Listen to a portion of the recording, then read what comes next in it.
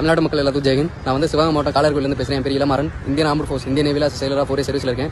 எதுக்கு இந்த video record பண்ணுறேன்னா, நான் வந்து போன வருஷம் 2024 ஜனவரி மாதம் லீவுக்கு போயிருந்தப்போ என்னுடைய அம்மா பார்த்தாங்க. ஒரு 60 வயசுக்கு மேலே இருக்கும். அவங்க வந்து ஒரு மிகவும் கொடூரமான முறையில் கையெல்லாம் வெட்டி அவங்க போட்டு அந்த நகையை திருடுறதுக்காண்டி பேசோடின்ற ஒரு கிராமத்தில் வந்து கொண்டு வந்திருக்காங்க. இது சம்மந்தமாக வந்து போராட்டம் பண்ணால் அக்யூஸ்ட் வந்து கைது பண்ணுன்னு சொல்லிட்டு ஆளுலாம் சொன்னாங்க. ஆனால் வந்து நான் வந்து பண்ணல. அன்னைக்கு போலீஸ் மேலோட நம்பிக்கை நண்டி. இப்போ வந்து 2025 ஜனவரி ஆச்சு. இதுக்கிடையில் 1 வருஷம் ஆச்சு. இது சம்மந்தம் எந்த ஒரு நடவடிக்கை எந்த ஒரு அக்யூஸ்டுமே கைது பண்ணல நம்ம தமிழ்நாடு காவல்துறை, குறிப்பாக நம்ம சிவகங்கை மாவட்ட காவல்துறை. இதே இது நம்ம சிவகங்கை மாவட்ட காவல்துறை டிஎஸ்பிக்கோ இல்லை எஸ்பிக்கோ நடந்திருந்தா, அவங்க வீட்டில் ஏதாச்சும் ஒன்று நடந்திருந்தோ அடுத்த 1 மணி நேரத்தில் கண்டுபிடிக்கிற காவல்துறை வந்து என் வீட்டில் நடந்த ஒரு இஷ்யூ வந்து இது வரைக்கும் கண்டுபிடிக்க ஒரு எந்த ஒரு இதுவுமே இப்போ நடவடிக்கையுமே எடுக்கல. சம்மந்தமாக வந்து எங்கள் அப்பா வந்து ஒரு எஸ்பிஎஸ்ல ஒரு 6 வாட்ட பெட்டிஷன் மனு கொடுத்துருக்காரு. அப்புறம் வந்து கலெக்டர் ஆஃபீஸில் ஒரு மனு கொடுத்துருக்காரு. ஆனால் எந்த ஒரு நடவடிக்கையுமே எடுக்கல.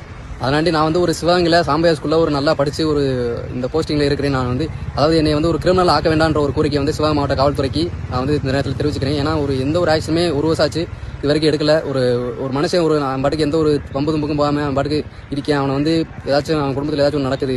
ஆனால் அது வந்து இப்போ காவல்துறை நம்ம தமிழ்நாடு காவல்துறை வந்து வேடிக்கை பார்க்குது அப்படின்னா எவ்வளோ கோவம் இருக்குன்னு உங்களுக்கு தெரியும். அதனாண்டி என்னை வந்து ஒரு கிரிமினல் ஆக்க வேணாம்னு ஒரு கோரிக்கை தெரிவிச்சுக்கிறேன். அதே மாதிரி இந்த வீடியோ வந்து நம்ம தமிழ்நாடு ராணுவ நலச்சங்கம் மற்றும் நம்ம தமிழ்நாட்டு மக்கள், குறிப்பாக நம்ம சிவகங்கை மாவட்ட மக்கள் வந்து ஒரு சிஎம் நம்ம சீஃப் மினிஸ்டர் மு.க. ஸ்டாலின் அவர்களுக்கு வந்து தெரியப்படுத்தி இதுக்கு வந்து ஆக்ஷன் எடுக்கிறதுக்கு நான் வேண்டிக்கிறேன்.